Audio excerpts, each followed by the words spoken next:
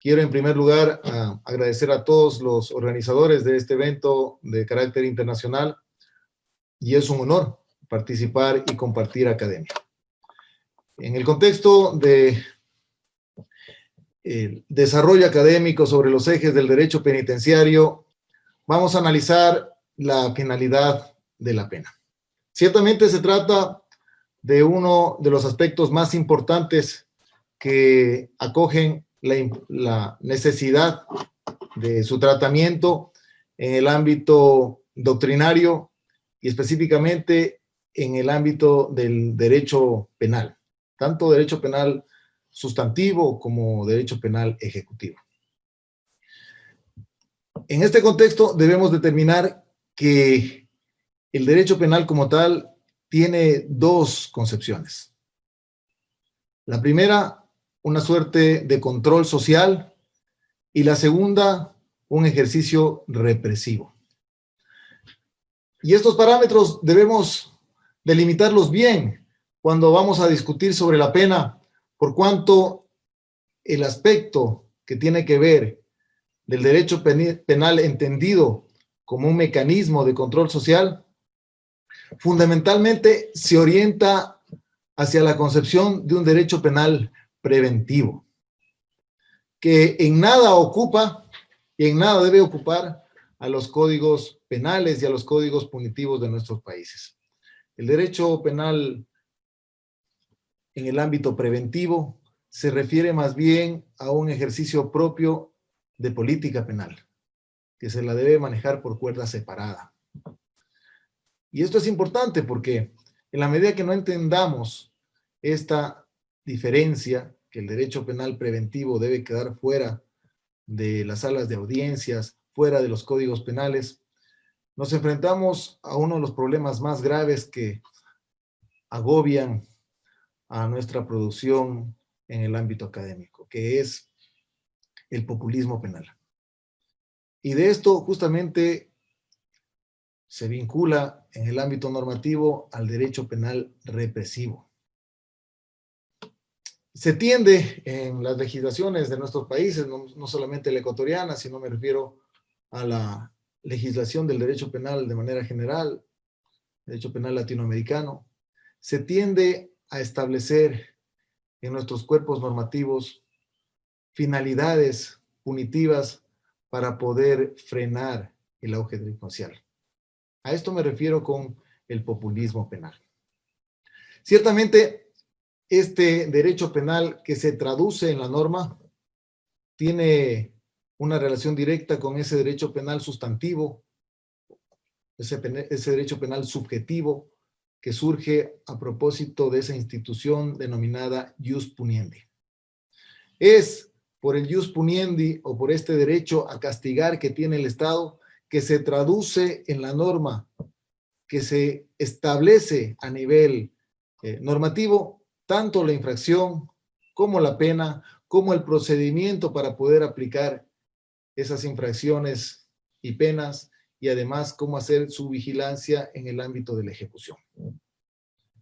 Entonces, el fundamento base para poder penar, para poder castigar, ciertamente no es otro que el ius puniendi. Este derecho a castigar que monopoliza el Estado. Y ciertamente constituye también una evolución del derecho penal esta noción, ya que recordarán ustedes que en sus orígenes el derecho penal se ventila en un ámbito privado, en una respuesta de venganza privada, y de ahí, en su evolución, es que este derecho penal es recogido y monopolizado, concentrado en un solo ente, que en este caso, a través del Estado, se constituye en el aparataje judicial. Pero esta no es la única noción.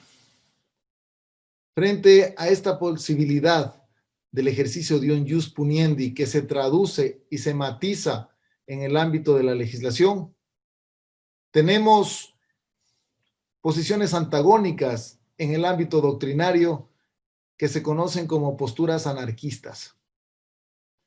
Y las posturas anarquistas sustentan que justamente existe el delito porque éste se encuentra legislado de manera objetiva. Que la mejor manera de evitar esas conductas es alejarnos del derecho penal objetivo, este que consagra los delitos y las penas. Posturas radicales como la de León Tolstoy, por ejemplo, que determina que cómo y por qué unos pocos hombres se arrogan el derecho a castigar, a sancionar e inclusive hasta matar a otros a través de las penas, cuando estos hombres no difieren de aquellos que por su orden son castigados, torturados o eliminados. Esta es una postura ciertamente anarquista que hace ver la necesidad de reflexionar sobre la naturaleza y la finalidad de la pena. Debemos considerar que recientemente se sancionó a uno de los delincuentes seriales más perseguidos y más reprochados en Estados Unidos. Y sobre él se impusieron una serie de cadenas perpetuas. No solamente una, sino varias cadenas perpetuas que evidentemente durante toda su vida no le bastarán para cumplir. ¿Cuál es el propósito que se busca a través de la sanción? ¿Cuál es el propósito que se busca a través del castigo punitivo? Nosotros debemos considerar que el discurso constitucional en el Ecuador es que el propósito de los sistemas de rehabilitación social, estos en los que se encuentran los privados de la libertad, es buscar que el privado de la libertad sea rehabilitado y sea reinsertado de manera positiva a la sociedad. Por su parte, en nuestro Código Punitivo, en cuanto a la finalidad de la pena, establece que la finalidad de la pena es la prevención general. Este es el discurso en el orden constitucional y el discurso en el orden infraconstitucional. Ubicamos en nuestro ordenamiento penal un apartado específico, un libro concreto para poder desarrollar este momento de ejecución de la pena, el derecho penal ejecutivo. Y ahí concentramos las distintas estructuras de desarrollo y de interés frente al derecho penitenciario. ¿Cuáles son los órganos que se encargan del cumplimiento de estas condenas? ¿Cuáles son los centros de privación de libertad? ¿Y qué modificaciones se pueden dar a estas penas a propósito de la conducta y esta respuesta de rehabilitación del penado? Estos aspectos los vamos a analizar. Pero previo a eso, debemos considerar cuál es el fundamento de la sanción penal. El fundamento de la pena. Aquí lo que nos ocupa es el por qué y el para qué de la pena. ¿Por qué se debe castigar y para qué se debe castigar? Parece que existe un consenso en el ámbito académico, en el ámbito doctrinario, sobre la existencia y la necesidad de la pena. Y debemos notar, debemos hacer énfasis en esto, que inclusive la denominación de derecho penal constituye una evolución en nuestra materia.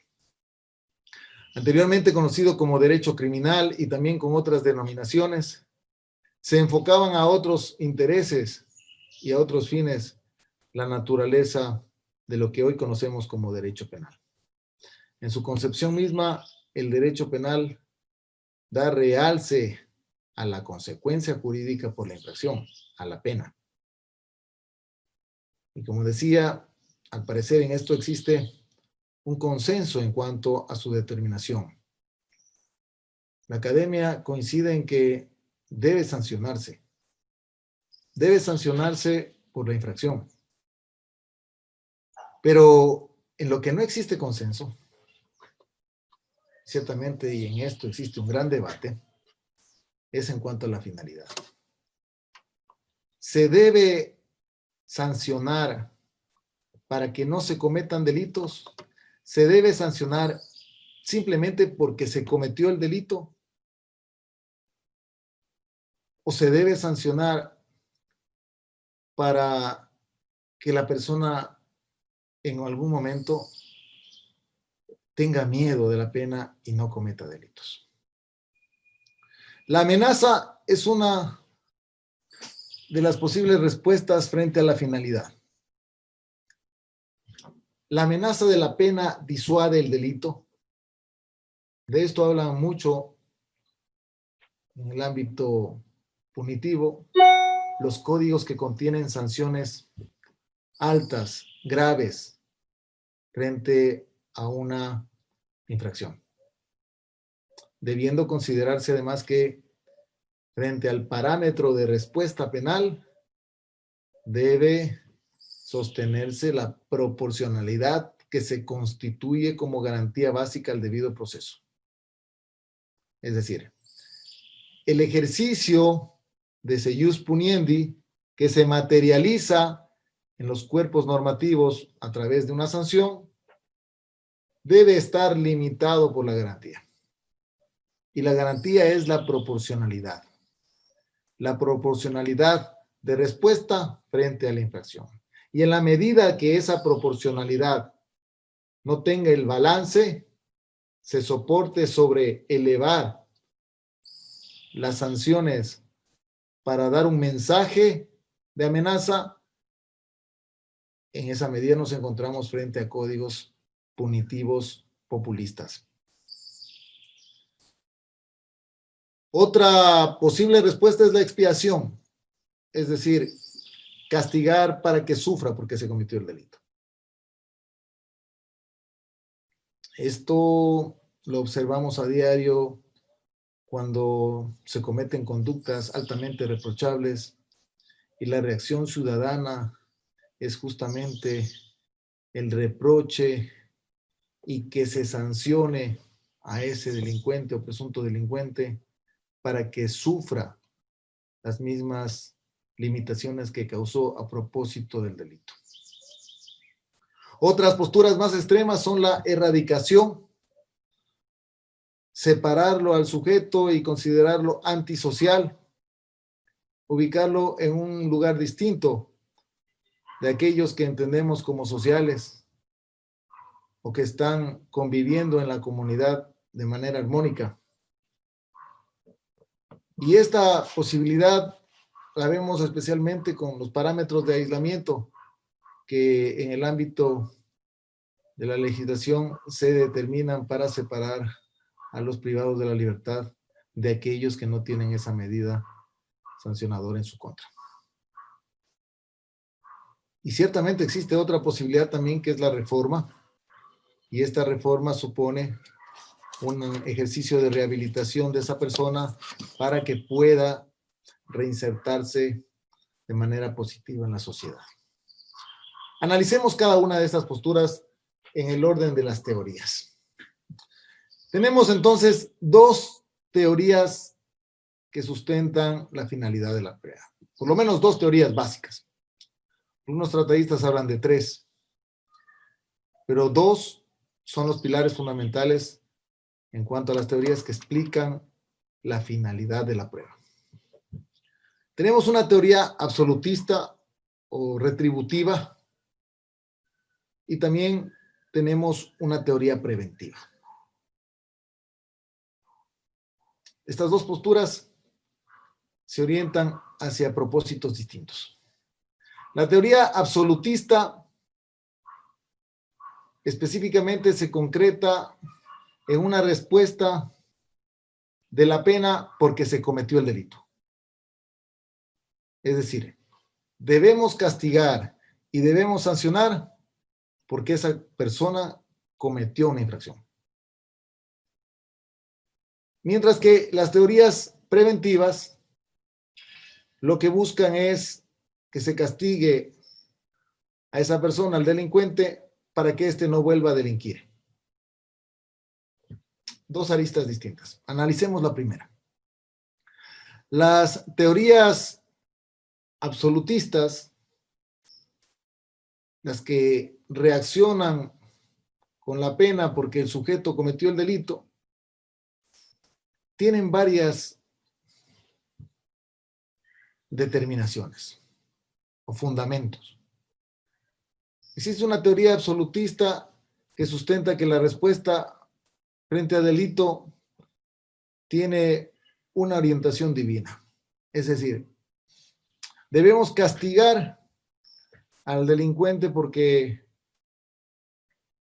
con su delito, con su infracción, comete una ofensa a Dios o a una deidad, y sobre la base de eso tiene que sufrir un castigo. En nuestro medio esto no aparece, por lo menos esta postura no aparece, pero en otras culturas ciertamente las ofensas de carácter divino o considerar a la infracción como una ofensa de carácter divino son la postura que determina el fundamento de la sanción. La segunda es la expiatoria a la que me refería anteriormente. Esta también es una teoría absolutista. Causar un dolor, causar un agravio al sujeto con la pena, entender a la pena como un castigo. Nótese que los castigos corporales en el interior de los centros penitenciarios, en el interior de los centros de privación de la libertad están prohibidos. Sin embargo, esta postura lo que considera es que la pena misma es un castigo. Y es expiatoria en la medida que se causa un sufrimiento, que se causa un dolor a esa persona que con su conducta ilícita generó un daño en la sociedad. Otra postura en el ámbito absolutista es la postura expiatoria moral, es decir, ser sancionado por una necesidad moral de la sociedad. Esta teoría se sustenta en una teoría también conocida como contractualista, plasmada por Rousseau con el contrato social, y es que los ciudadanos, por el hecho de vivir en sociedad, deben mantener ciertas normas de conducta y respeto a esa comunidad, y cuando eso no se cumple, esta persona debe responder con un castigo. Esto es lo que sustenta esta teoría. Y en la medida que esa persona no muestre un comportamiento adecuado y sea sancionada por un delito, debe ser castigada. Esta es una responsabilidad moral de las personas que no han cometido esas conductas, las personas que se encuentran en el cumplimiento de ese contrato social. Si, por ejemplo, en una ciudad pequeña se comete un delito y esta ciudad tiene que ser abandonada, tiene que ser deshabitada, pero entre estos existe una persona que está cumpliendo una condena, entonces esa persona, pese a que las demás deben abandonar esa ciudad por cualquier motivo que sea, esa persona que se queda en ese sitio debe cumplir su pena, debe cumplir la sanción o ser eliminado. A ese extremo llega esta postura de considerar la pena absolutista desde el punto de vista moral. La persona o cumple esa condena, o en el caso de que por circunstancias extremas, como les indico, deba salir toda la población de esa ciudad, no podría salir con ellos también el condenado porque él atentó contra el desarrollo de la comunidad y debe cumplir la pena o morir por esa infracción. Esta es otra postura que determina la teoría absolutista. Pero también existe una tercera que es la de retribución jurídica, y esta postura se da sobre la base del entendimiento de que el delito es una negación a la ley y la pena es una negación de la negación. Entonces, en la medida que se da una condena, en la medida que se da una sanción, se restablece el orden de la integridad de la ley y se anula el delito. Negación de la negación, anula el delito, restaurando la integridad de la ley. Entonces, estas posturas se ubican en un lado extremo del ámbito teórico para explicar cómo la pena tiene la única finalidad de ser una consecuencia del delito. Frente a esta postura existe la que les indicaba, esta teoría preventiva. Es importante entender bien esta teoría preventiva.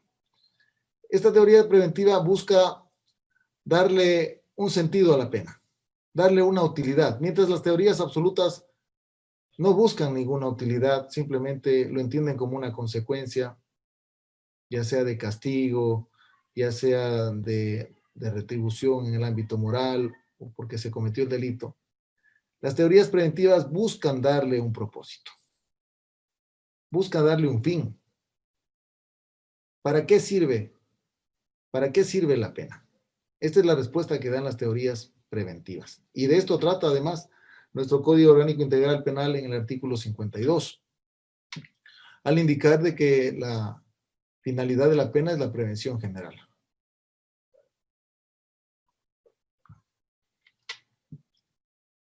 El problema de esa disposición normativa es que no establece a qué prevención general se refiere.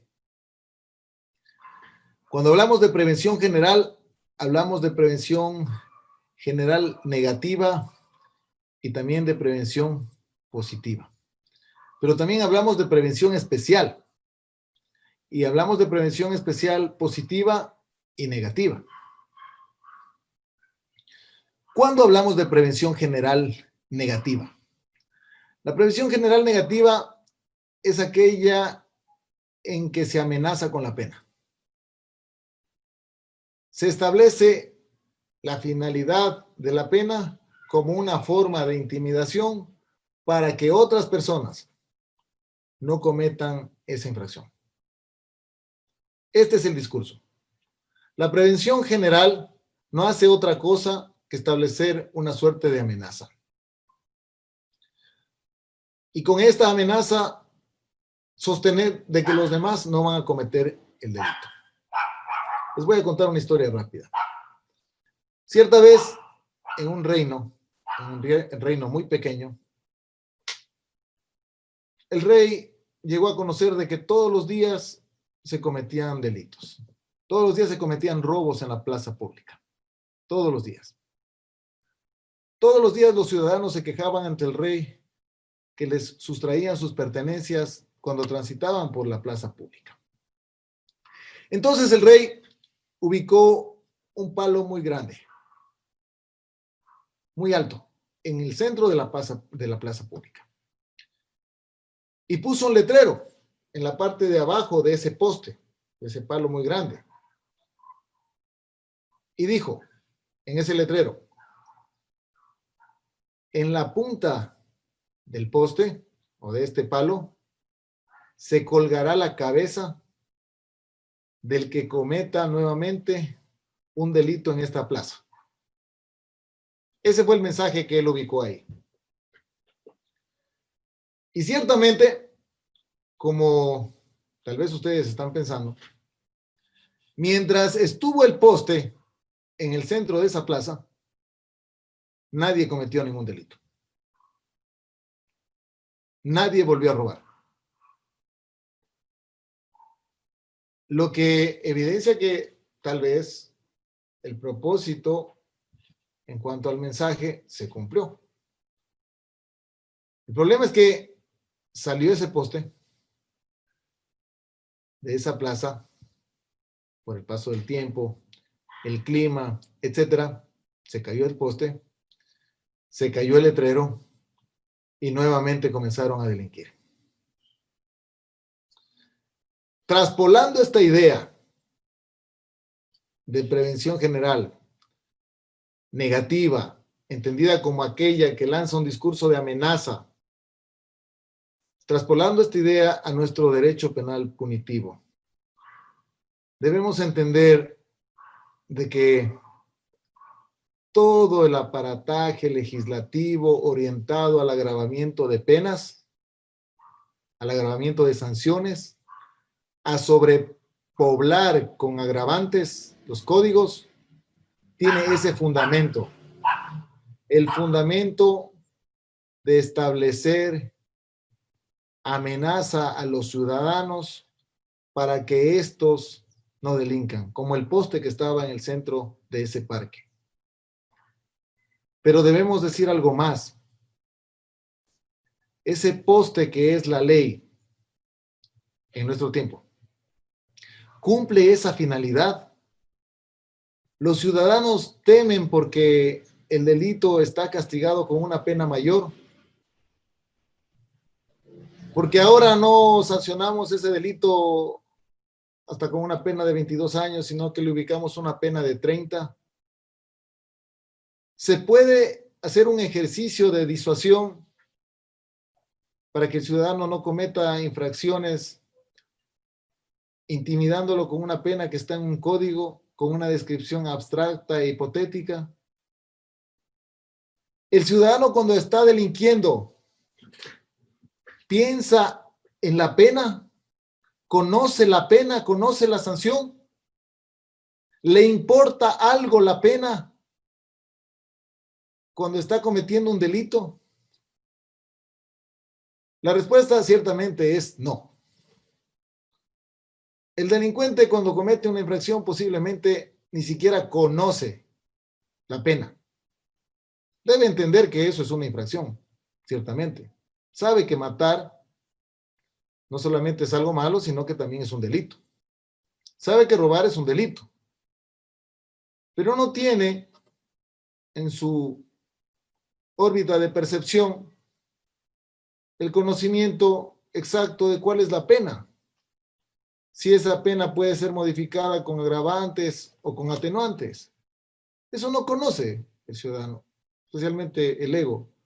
Esta persona que no tiene una pericia o una condición de experto. Por lo tanto, este fin, el fin específico de prevención general que declara nuestro Código Orgánico Integral Penal como finalidad de la pena, teniendo un discurso antagónico, miren ustedes, al de la Constitución, a la Constitución ecuatoriana. Es un discurso que está fuera de contexto desde el punto de vista de los propósitos de la pena. Hemos visto ejemplos claros que en los países donde existen penas más severas, no solamente las cadenas perpetuas, sino estas posibilidades de penas de muerte, también existen los delincuentes seriales más famosos del mundo. Los delincuentes que con su ejercicio delincuencial trascienden por su maldad, trascienden por los actos atroces que han cometido.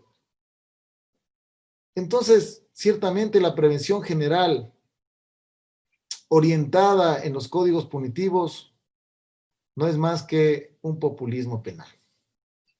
No debemos dejar de lado que sí es importante que exista una respuesta penal frente a la infracción de manera proporcional.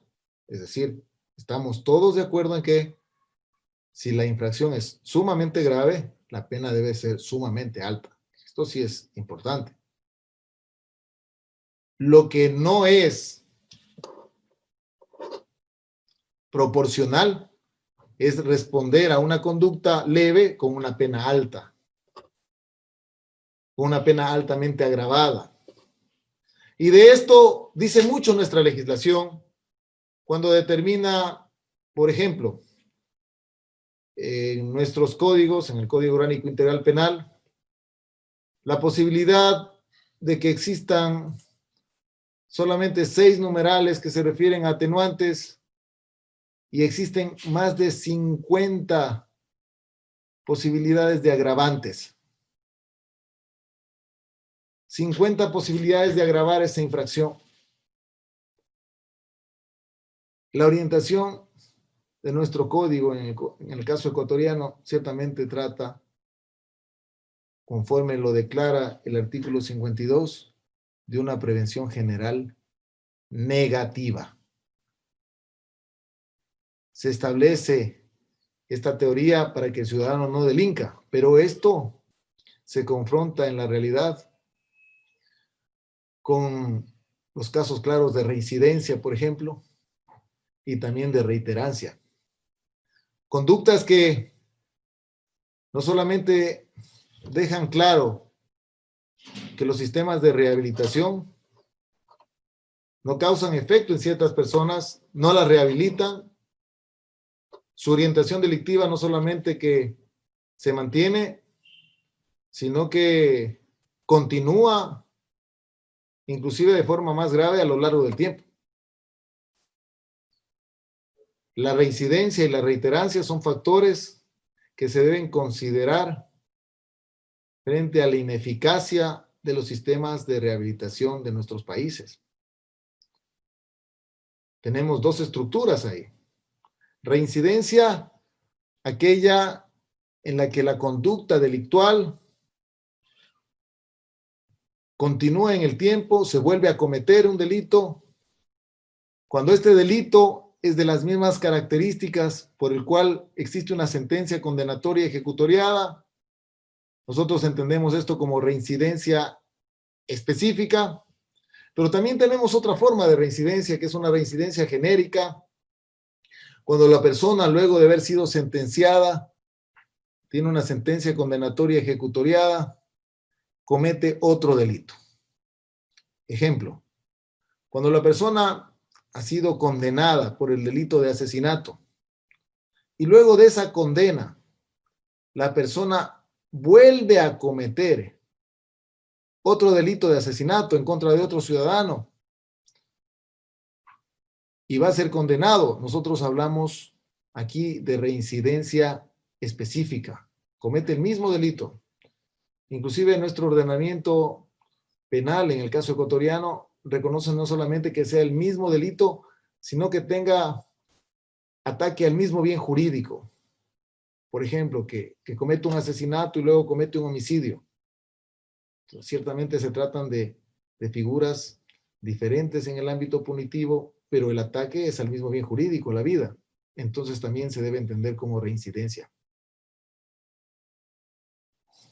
Pero frente a esto tenemos la reincidencia genérica, que es la que les indicaba, nuestra reconocida en nuestra legislación penal en el caso ecuatoriano, solamente contemplamos la reincidencia específica.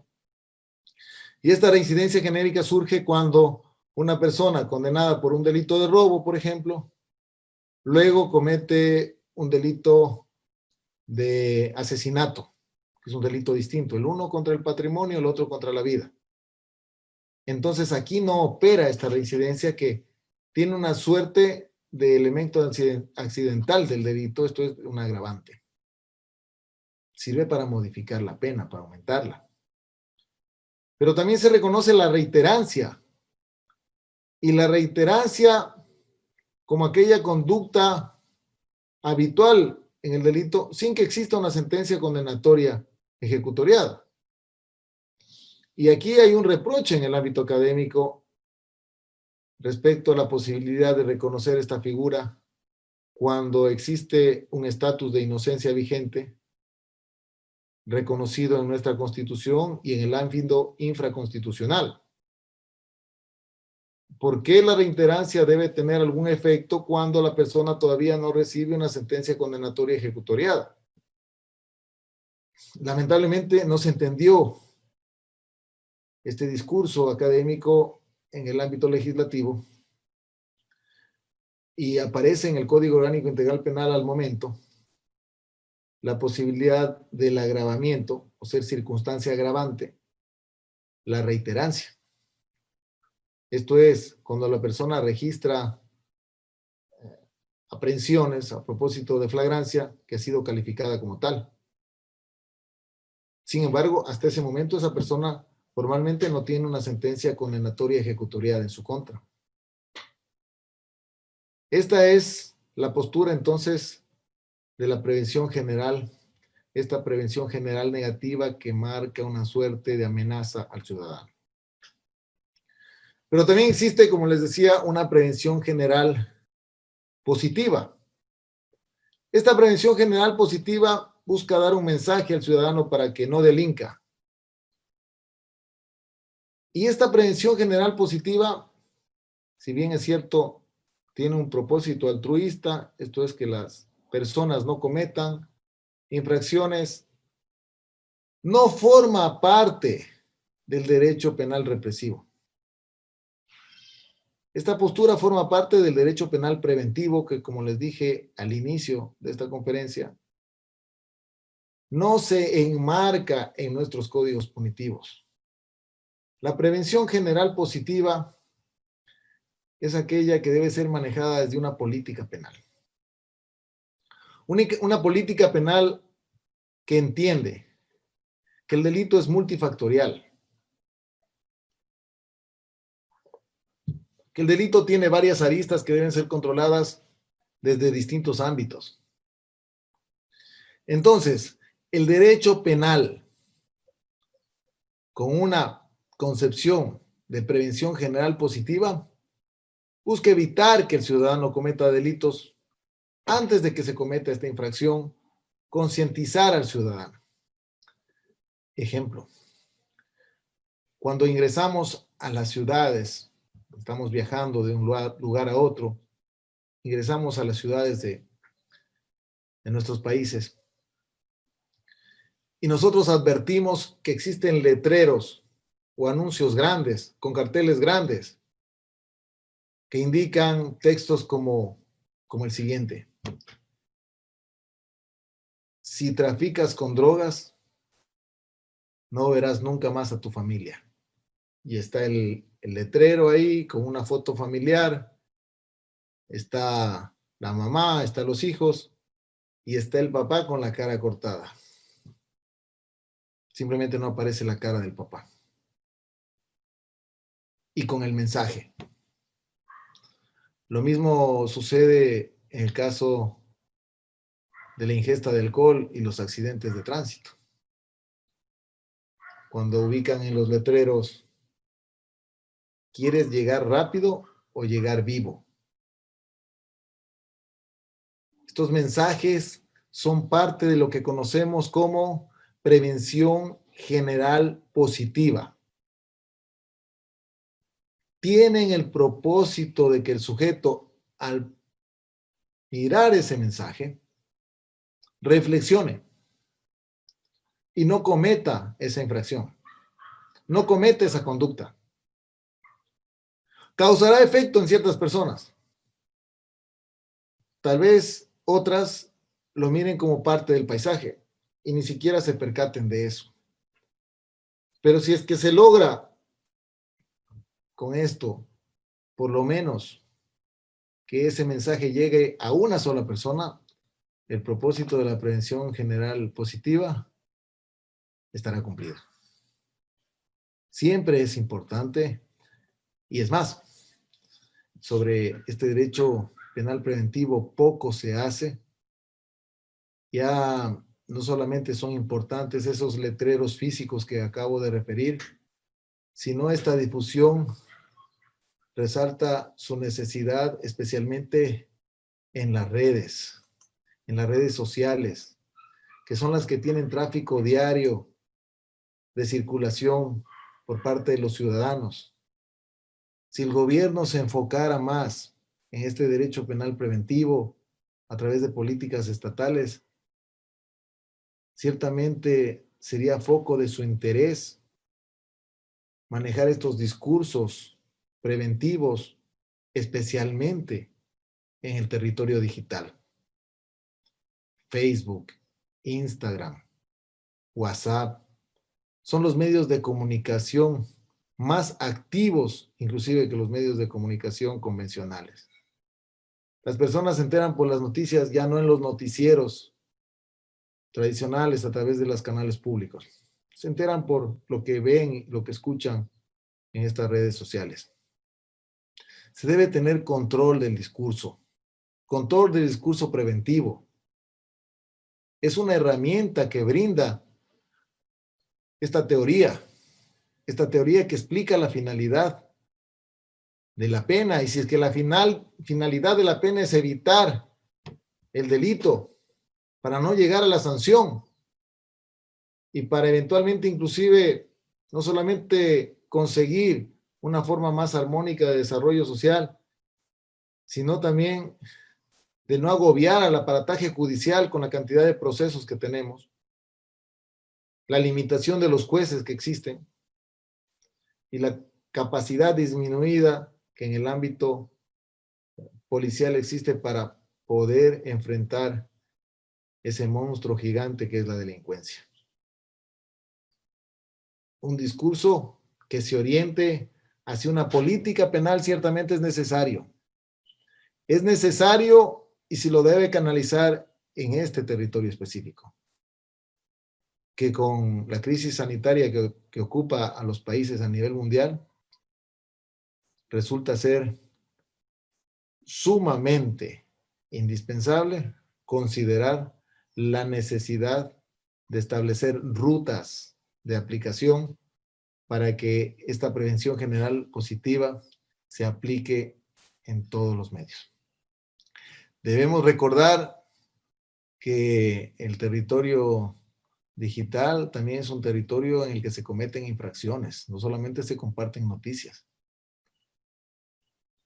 Gran cantidad de delitos, especialmente de fraudes, se realizan a través de la web. Se realizan a través de ofertas que como oasis se presentan, facilitando dinero, facilitando beneficios en el orden personal o en el orden social. Hay incautos que llegan a estas redes y son víctimas de estas infracciones. Por desconocimiento o por ambición. Debemos entonces marcar un parámetro que determine no solamente un control, sino especialmente una prevención en esta órbita. Y tenemos la teoría. La teoría es la prevención general positiva. Frente a esta prevención general, que como queda claro, la única se fundamenta en la política penal y la otra en los códigos represivos, tenemos la prevención especial. Y la prevención especial, a diferencia de la general, que se refiere para toda la comunidad, para todos los ciudadanos, la prevención especial se orienta al sujeto, se orienta a la persona, al individuo, al delincuente o presunto delincuente. Esta prevención especial es negativa y es positiva. También tiene dos aristas. Es prevención especial positiva aquella que busca reinsertar a la persona. Nuestros códigos utilizan el término rehabilitar.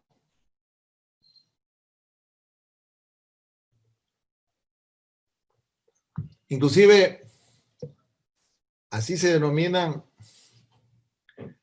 a los sistemas carcelarios en algunos países, como centros de rehabilitación.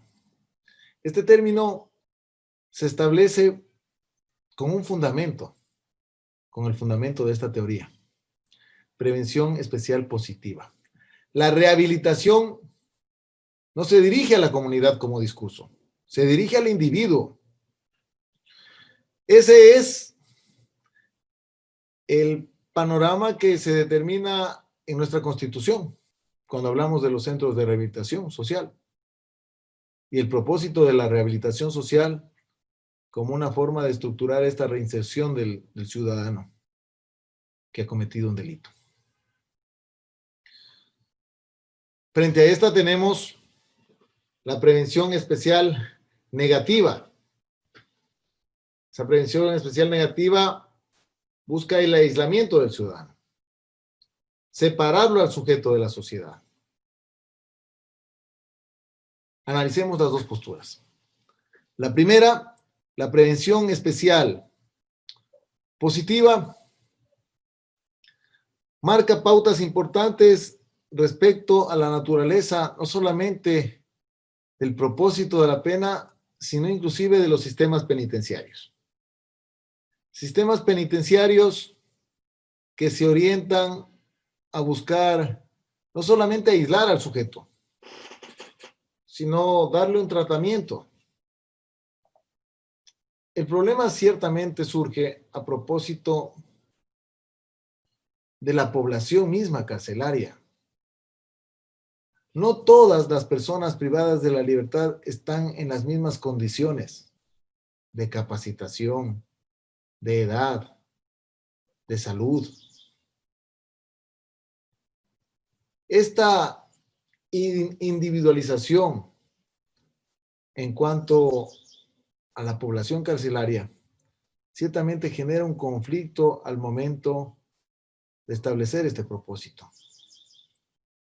Rehabilitar a una persona, por ejemplo, a ese delincuente de bagatela, a ese ladrón de la cartera, del celular, al que roba en el parque,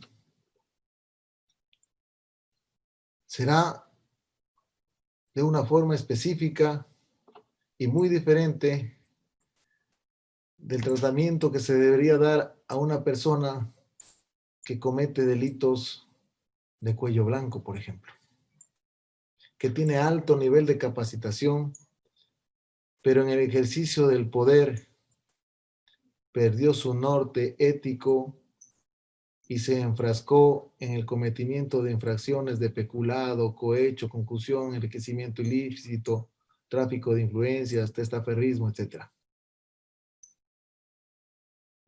Esta persona que comete delitos de cuello blanco, ciertamente para el sistema de rehabilitación y para esta postura que busca una prevención especial positiva,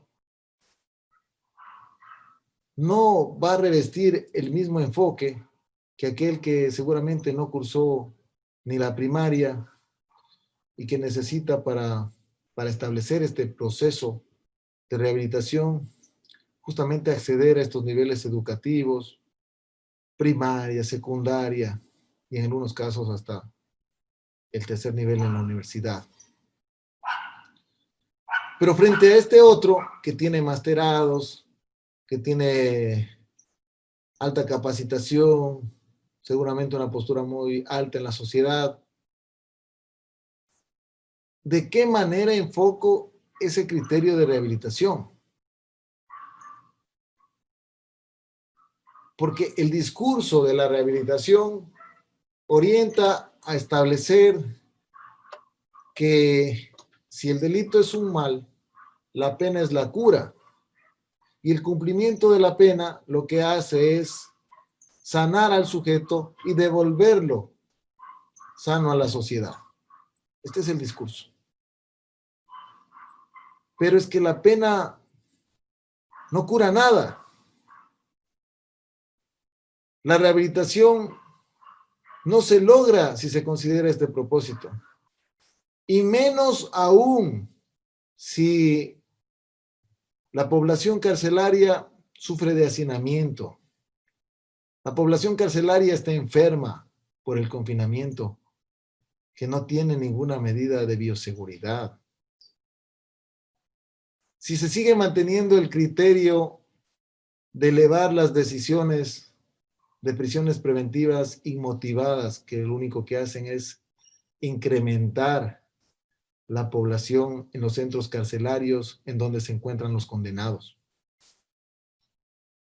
Y esta concurrencia de privados preventivos y privados condenados no solamente que da el efecto de sobrepoblación inmediata, sino que hace sufrir los mismos tormentos de aquel que tiene una sentencia condenatoria a aquel que todavía tiene un estatus de inocencia y que posiblemente, inclusive, luego de algún tiempo que se encuentre privado de su libertad, la recupera sin ninguna condena, sin que exista, en este caso, una posibilidad de reparación por todo el daño sufrido.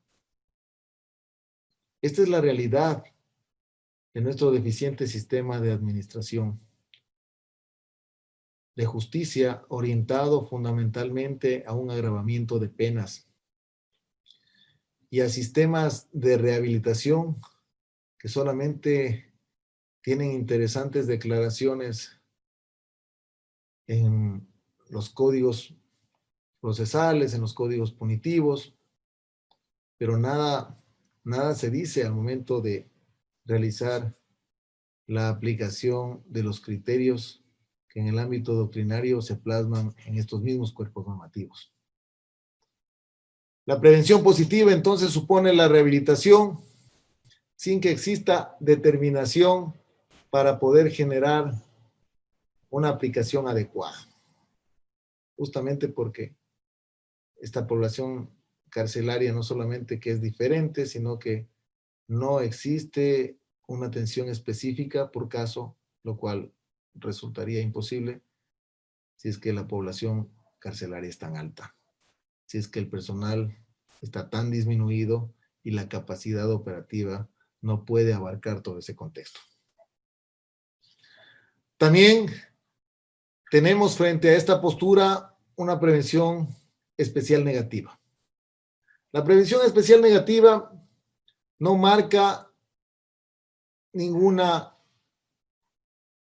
finalidad específica para esa pena que no sea la de aislarlo al sujeto, separarlo de la sociedad. De ahí la noción que surge del término con el cual se hace referencia, especialmente a través de ciertos medios de comunicación en algunas ocasiones, refiriéndolo como antisocial a esa persona que comete delitos. Y este aislamiento genera formas o sistemas de rehabilitación. Esto es, aparecen sistemas que se fundamentan en la posibilidad de darle a este aislamiento el sentido de la prevención especial negativa. Sistemas penitenciarios como el filadélfico, por ejemplo, que establece la posibilidad de aislarlo de día y de noche y a este sujeto hacerlo trabajar no solamente físicamente, sino también desde el punto de vista espiritual. Trabajo y oración son los mecanismos del sistema filadélfico. Tenemos otro sistema que determina el aislamiento de noche y de día para buscar una rehabilitación con mucha disciplina. Esto es, las limitaciones absolutas en el mismo centro de privación. En algunos se aplica esto a propósito de los castigos. Limitar sus horas de luz o de salida al patio, por ejemplo, constituyen formas extremas de estas posturas. Tenemos también sistemas progresivos que buscan determinar que esta persona, luego de observar su conducta, reciba el tratamiento adecuado, no solamente en el tratamiento del propósito de rehabilitación, sino buscar aristas como la educación, la reinserción familiar, el acercamiento familiar, el acercamiento laboral, con producción de retribución. Son posturas progresivas que tienen como finalidad aislarlo al sujeto y tratar de cumplir el propósito antes mencionado.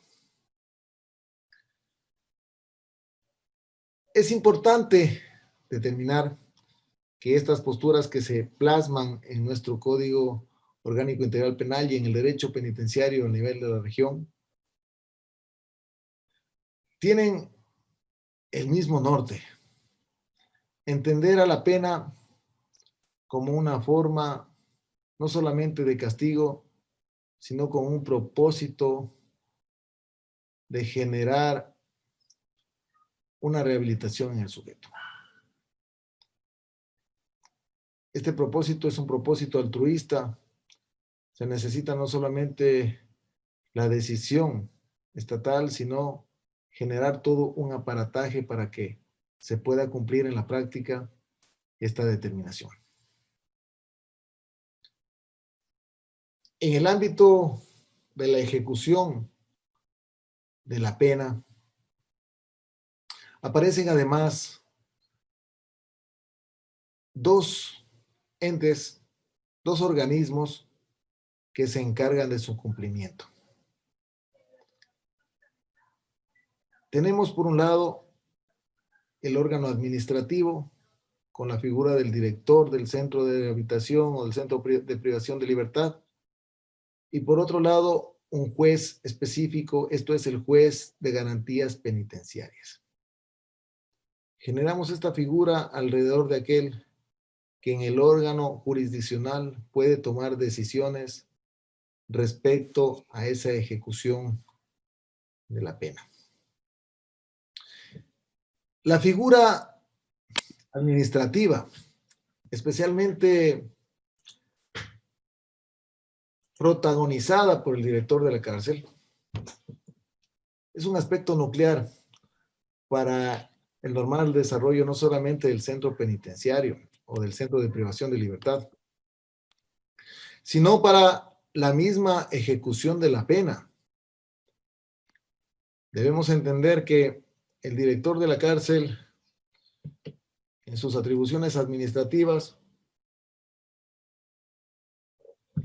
tiene la posibilidad de direccionar sanciones disciplinarias, de disponer los traslados, de establecer el cambio de regímenes, ¿no?, de leves a más graves. El director en el ámbito administrativo tiene poder. Tiene un poder con poco control. Esto es uno de los aspectos que debe preocupar en el orden académico y también en el orden legislativo. Si la figura del director de la cárcel tiene tanto poder, se deben establecer controles específicos a ese poder. Se entendería que respecto a esto tenemos la figura jurisdiccional, la del juez de garantías penitenciarias. La situación es que las atribuciones de este juez de garantías penitenciarias en muchos casos se ven limitadas al ejercicio de las acciones por parte de los mismos privados de la libertad, que están limitados por los directores de los centros de privación de libertad en cuanto a su accionar. Es un tema complejo. Resulta importante direccionar reformas concretas y específicas para que ciertas atribuciones que tienen los directores de los centros de privación de libertad sean competencia privativa únicamente de los jueces de garantías penitenciarias. En la medida que podamos tener estas atribuciones concentradas específicamente en un juez, se denomine de garantías penitenciarias o simplemente de garantías, podemos tener una suerte de garantía y tutela efectiva en mayor nivel para las personas que están privadas de la libertad.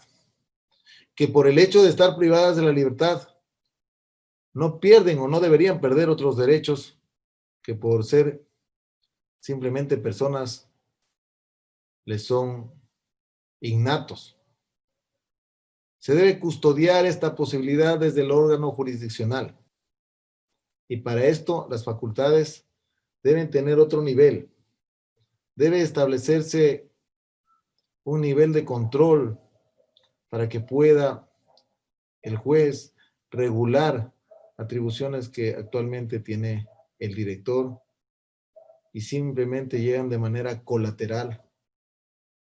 Gracias. Llega de manera colateral o llegan por efecto de impugnación a los jueces de garantías penitenciarias. Como si estos directores de los centros de privación de libertad serían jueces de primer nivel, lo cual no es correcto. Finalmente, en estos minutos que restan, es importante referirnos a los centros de privación de libertad. Estos centros de privación de libertad en la legislación ecuatoriana y también en la región, se los establece por la gravedad de la pena, determinándose estos centros de rehabilitación social o centros de privación de libertad y las cárceles.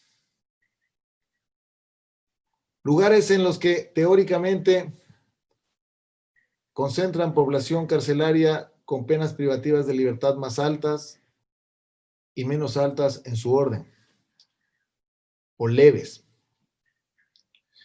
El tema es que no existe, pese a las disposiciones que se dan en el ámbito normativo, no existe una clasificación adecuada de los privados de libertad. Los privados de la libertad conviven entre preventivos y condenados. Y esto sí es un problema. Un problema para los mismos centros carcelarios, porque la ubicación de estos privados de la libertad se realiza tanto a los que están condenados como a los que tienen una expectativa de pena, que posiblemente ni siquiera lleguen a ser condenados nunca. Se obtiene una sentencia confirmatoria de inocencia, pero ya sufren las mismas limitaciones que los condenados e inclusive las mismas limitaciones extremas de aquellos que tienen penas más graves en condenas. Es importante establecer de que se determinan niveles de seguridad mínima, mediana y máxima. Y esto debe entenderse que es una determinación de los sistemas penitenciarios para ubicar a los privados de la libertad considerando la pena. Penas leves, esto es, las que van hasta 5 años de privación de la libertad en un nivel de mínima seguridad. Penas graves, esto es, las que van de 5 a 10 años de privación de libertad, mediana seguridad. Y penas gravísimas, las que van de 10 años en adelante, máxima seguridad. Esta es la forma en que se debe determinar el criterio para ubicar a los condenados. Los privados preventivos, que son aquellos que todavía no tienen una condena, independientemente del delito que se trate, por estar incólume su estatus de inocencia, deberían ser ubicados en mínima seguridad. Ciertamente algunos dirán, bueno, pero si el delito que ha cometido es sumamente grave, la expectativa de fuga es más alta, requiere condiciones de medidas de seguridad más extremas. Bueno, deberían considerarse entonces al respecto de qué sistema de privación de libertad estamos hablando, de qué sistema penitenciario se trata, qué condiciones de seguridad se determinan en cada nivel, si existe peligrosidad por parte de esa persona, si existe conflicto de convivencia con los demás privados de libertad. Son factores que deben analizarse caso por caso y no generalizarse. Muchos más temas nos ocupan en cuanto a esta postura de la finalidad de la pena, pero a fin de cumplir con el calendario determinado y el tiempo establecido, les agradezco mucho por la atención. Nuevamente al léxico jurídico y a todos los participantes que nos están en este momento viendo de manera virtual. Un abrazo a todos. Gracias, distinguido José. Doctor, el agradecimiento es nuestro, a nombre del léxico jurídico de los oficiantes. Le agradecemos por su excelente disertación. A continuación vamos a hacer unas cuantas preguntas que nos han hecho llegar. Oscar Pauta nos dice, en pocas palabras, ¿a qué se refiere con política penal? La política penal no es otra cosa que la aplicación de una teoría, la prevención general positiva. Y se lo ubica como política penal por cuanto no compete al sistema judicial. El sistema judicial se ocupa en esencia del sistema represivo, es decir, actúa una vez que se ha cometido el delito. Se cometió el delito, se activa el aparataje estatal, se activa el sistema judicial y esa persona eventualmente recibirá una condena. En tanto que la política penal, que se la denomina por algunos de manera inapropiada política criminal, obedece específicamente a una decisión del Estado para prevenir el delito antes de que se cometa, para concientizar al ciudadano, para que éste no cometa infracciones eventualmente a través de esta política pública que, como les dije, debería enfatizarse actualmente, enfocarse actualmente en el trabajo sobre las redes sociales, que son los medios masivos de comunicación del ciudadano y también es un caldo de cultivo para ciertos delitos, el territorio digital.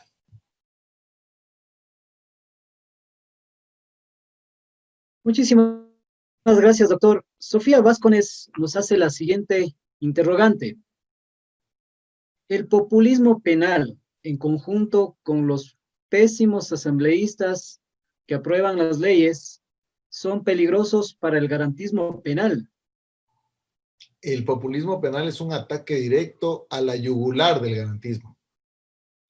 Debemos entender de que la pregunta que realiza la persona que acaba de mencionar es una pregunta clave. Sofía Vázquez, doctor. Sofía, la pregunta que hace Sofía es una pregunta clave porque resalta la importancia y la necesidad de que no solamente las reformas de los códigos punitivos respondan a criterios temporales o de influencia mediática, sino que se sustenten fundamentalmente en las teorías y en los dogmas que se trabajan en el ámbito académico.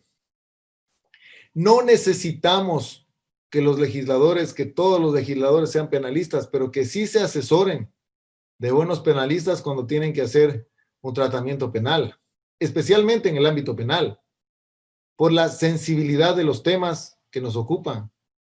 Al insertar en el discurso normativo infraconstitucional normas de agravamiento sin considerar la proporcionalidad, hablamos de populismo penal. Y ese no es el problema. El problema es que el juez utiliza la norma para poder sancionar. El juez, al momento de establecer la sanción, debe considerar su rol garantista, y el rol garantista no está en la norma infraconstitucional.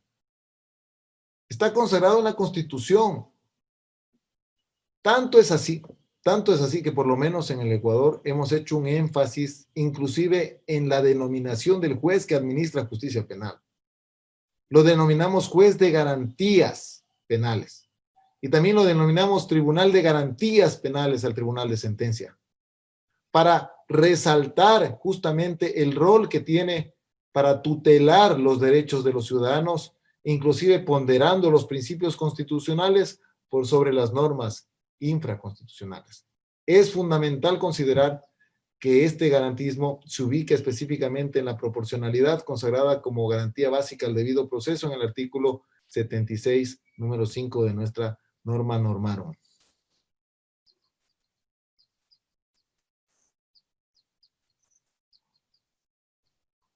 Muchas gracias, doctor. Tengo dos preguntas adicionales. Por cuestiones de tiempo creo que la vamos a dejar solo en una, pero dice Juan Araujo, dentro de las preguntas que Jaime Nebot busca que se apruebe por parte del CNE, se refiere a castigar el delito de violación con muerte de la víctima menor de 14 años con una pena de 50 años. Es una regresión en los derechos constitucionales. Bueno, nosotros en nuestro catálogo punitivo tenemos penas altas. Y penas altas que se acumularán máximo hasta 40 años. De manera que este límite que determina nuestra Constitución da una suerte de orientación hasta dónde podemos fijar el máximo de esas penas. Determinar penas altas, esto es más de 30 años, en esencia constituyen ya una cadena perpetua. Tenemos nosotros legislado con una pena bastante alta estos delitos que contienen el principio de consunción, esto es, en los que figuras delictivas se encuentran atadas a propósito del cometimiento de una infracción.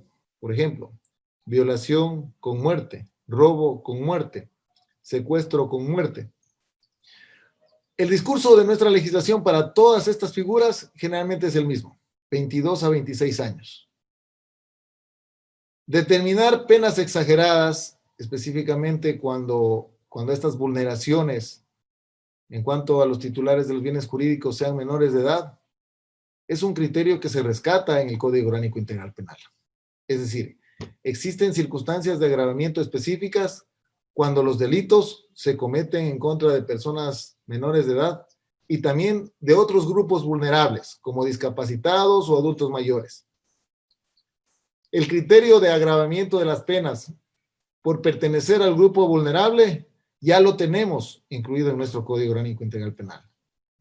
El tema es, como se indicó anteriormente, buscar proporcionalidad de respuesta. Y la proporcionalidad de respuesta no siempre surge del agravamiento y misericordia de las penas, simplemente por establecer la determinación a un grupo vulnerable. Bien pueden sumarse años, y es correcto, en cuanto al criterio que se mantiene y está orientado. Inclusive en otras legislaciones, como por ejemplo la legislación colombiana, se ha planteado la posibilidad de establecer penas perpetuas, inclusive se trabajó en el ámbito legislativo sobre la posibilidad de la pena de muerte, como formas más extremas. Entonces, la propuesta puede provenir de cualquier sector.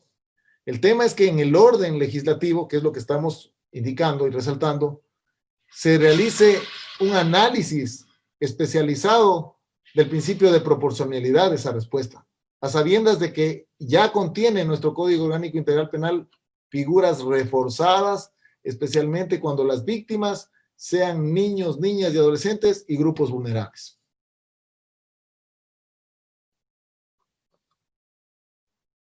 Muchas gracias, doctor. Claro, ahora no sé desde hace qué tiempo, pero vemos constantemente que los políticos se agarran de este tema del populismo penal para captar votos y adeptos. Entonces, un poco creo que responde a esa lógica de que los candidatos presidenciales o los candidatos asambleístas no son bien asesorados en cuanto al tema del derecho penal.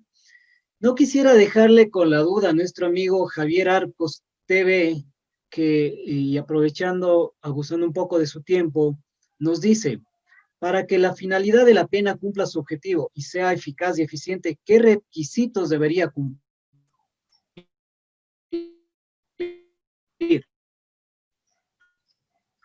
Primero, en el caso específicamente de nuestra realidad, determinar qué finalidad le debemos dar a la pena para responder esa pregunta. Nosotros no tenemos claro. El discurso del Código Orgánico Integral Penal es una prevención general. Se supone que es una prevención general negativa. Se confronta con el discurso constitucional. Entonces, el primer parámetro es establecer un discurso unificado. Si mantenemos una postura en la Constitución de la República que se orienta no a una prevención general, se orienta a una prevención especial, positiva, esta es la de rehabilitación, pues la misma postura debería aterrizar en el ámbito infraconstitucional y consagrarse ese propósito en el Código Orgánico Integral Penal ecuatoriano y además cumplirlo.